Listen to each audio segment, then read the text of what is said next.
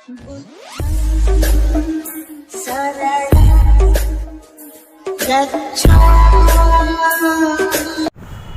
Programme के बारे में यही आप सभी को कहना चाहूँगा।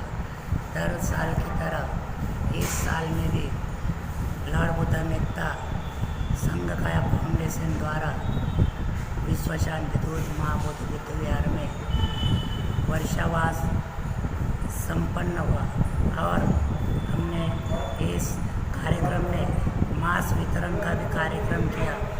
इस कार्यक्रम का हेतु यही था कि परम पूज्य बोधिसत्व डॉक्टर बाबा साहेब अम्बेडकर लिखित बुद्ध और उनका धम्म इस ग्रंथ का पठन कि पूजनीय बदन विनय बोधि इनका इस सूरत नगरी में विश्व शांति दूत महाबोधि बुद्ध विहार में 8वां वर्षावास आज बहुत ही अच्छी तरह संपन्न हुआ।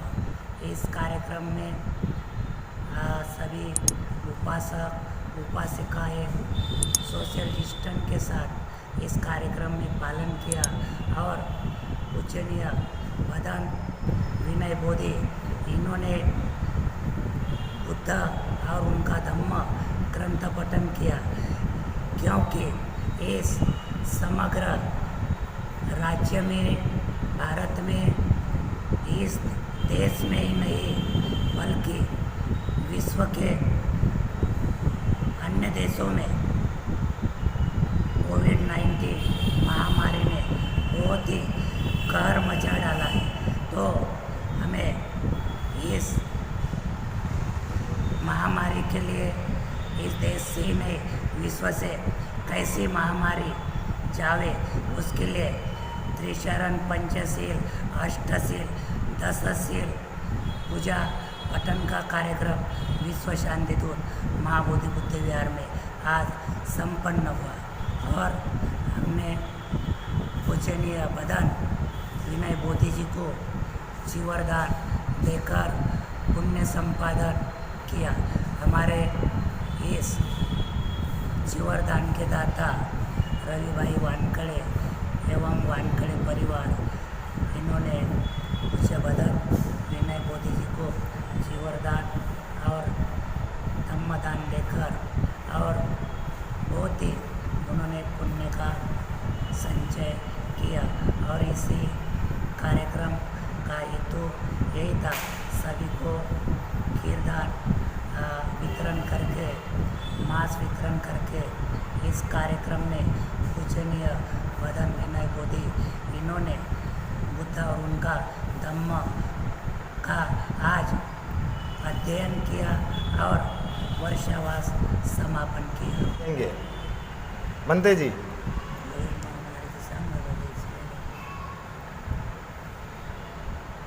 करुणा सिंधु तथागत बुद्ध विश्वरत्न विश्वभूषण महामानव डॉक्टर बाबा साहब अम्बेडकर इनको नमन करते हुए और भिक्षुओं को पंचांग प्रणाम करते हुए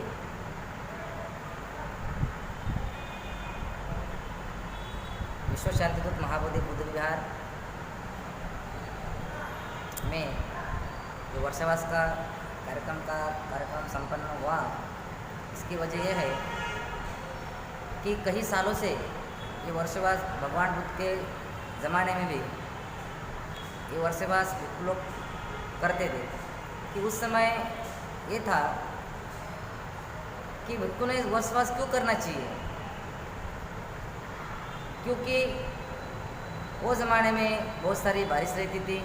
भिक्षु को भ्रमण करने के लिए इधर उधर भटकना पड़ता था, कुटिया नहीं थी और भगवान बुद्ध ने जान लिया कि 3 महीने तक का ये वर्षवास बुद्ध ने यानी कि जो कि श्रावस्ती में भगवान बुद्ध ने 25 वर्षवास करे, सारी यानी कि 24 वर्षवास करे, उसके बाद में 25वां वर्षवास उनका राजगृह में ख़त्म हुआ और वहाँ से ये वर्षवास की शुरुआत चालू हो गई।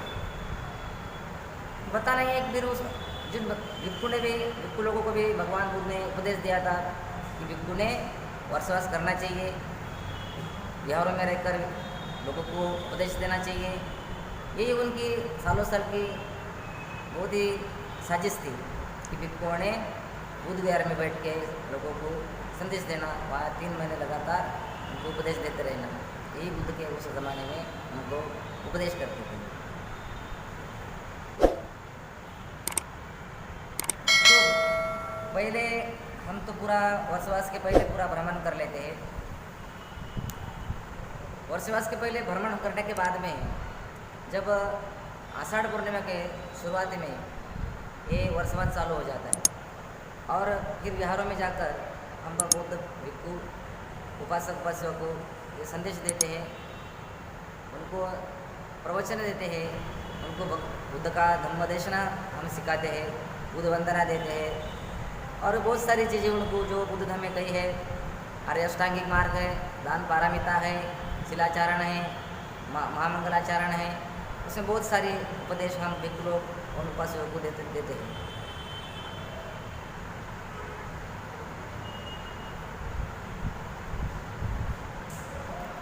जैसा कि भगवान बुद्ध ने पहला जो प्रवचन दिया था, वो जो पहले उसको इसी पत्र में कहते थे, वहाँ 5 पूर्वजों को दीक्षा दी गई थी।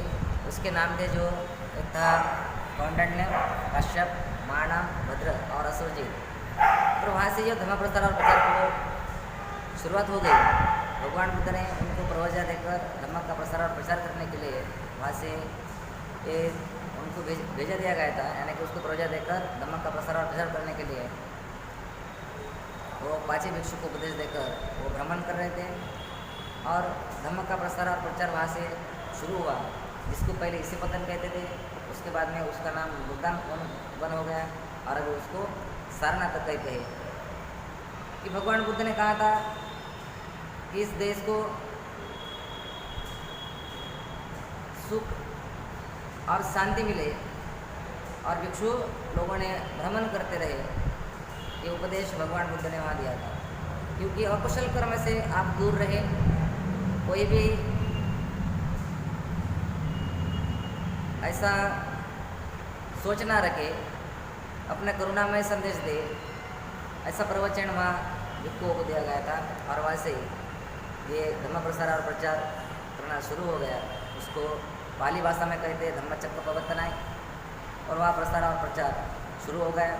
और उसमें सम्राट अशोक जी ने, जिनकी संघमित्रा और महेंद्रा, ये भी प्रसार और प्रचार करने लगे, जाकि वो सिलोन तक पहुँचे, अभी उसको श्रीलंका कहते हैं। उन्होंने बहुत सारा बुद्ध धर्म का प्रसार और प्रचार किया और उसके माध्यम से जो पहले भगवान बुद्ध के जो गुरु थे, जो यश था पहला वाराणसी का, उसको भगवान बुद्ध ने उसको भी उपदेश दिया था। उसके बाद में बहुत सारा भिक्षु संघ तैयार हो गया और धर्म का प्रसार प्रचार बढ़ने लगा। और अभी भी भिक्षु लोग ये आषाढ़ पूर्णिमा से अश्विन पूर्णिमा तक बिहार में वर्षवास नमो बुद्धाय। तथागत भगवान गौतम बुद्ध, परम पूज्य बोधिसत्व डॉक्टर बाबा साहब अम्बेडकर और इस भारतवर्ष में सभी आदर्श महापुरुषों को वंदन करते हुए मैं विश्व शांति दूत महाबोधि बुद्ध विहार का संस्थापक अध्यक्ष सुभाष पी झाड़े आप सभी को एक देशना के रूप में मैं 28 बुद्ध का इतिहास आप सभी को बताने जा रहा हूँ। पहले धनंकर बुद्ध, उनका इतिहास था महावीर। निधंकर बुद्ध, उनका इतिहास था महायशस्वी। तीसरे शरणकर बुद्ध, उनका इतिहास था लोकाहितासी। चौथे दीपकर बुद्ध, उनका इतिहास ज्योतिषमान। पांचवे कौंदंत्य बुद्ध, उनका इतिहास था जन प्रमुख। छठे मंगल बुद्ध, उनका इतिहास था पुरुष। सातवें सुमन बुद्ध, उनका इतिहास था धैर्यवान। आठवें रेवत बुद्ध, उनका इतिहास था प्रेमवर्धक। 9वें शोभित बुद्ध, उनका इतिहास था गुण संपन्न। 10वें हनुमदस्सी बुद्ध, उनका इतिहास था उत्तम। 11वें प्रथम बुद्ध, उनका इतिहास था लोक प्रदान। 12वें नारद बुद्ध, उनका इतिहास था श्रेष्ठ सारथी। 13वें पादुमोत्तर बुद्ध, उनका इतिहास था श्रेष्ठ प्राणी। 14वें सुमेध बुद्ध, उनका इतिहास था श्रेष्ठ व्यक्ति। 15वें सुरजात बुद्ध, एक मिनट, ओके। 15वें बुद्ध सुरजात बुद्ध, उनका इतिहास था लोकात अग्र। 16वें प्रियदर्शी बुद्ध, उनका इतिहास था श्रेष्ठ पुरुष। 17वें अष्टादशी बुद्ध, उनका इतिहास था कारुणिक। 18वें धम्मदस्सी बुद्ध, उनका इतिहास था अंधकार निवारण। 19वें सिद्धार्थ बुद्ध, उनका इतिहास समता रहित। 20वें तीस बुद्ध, उनका इतिहास था वरदाता संयम। 21वें बुद्ध बुद्ध, उनका इतिहास था महावरदानी।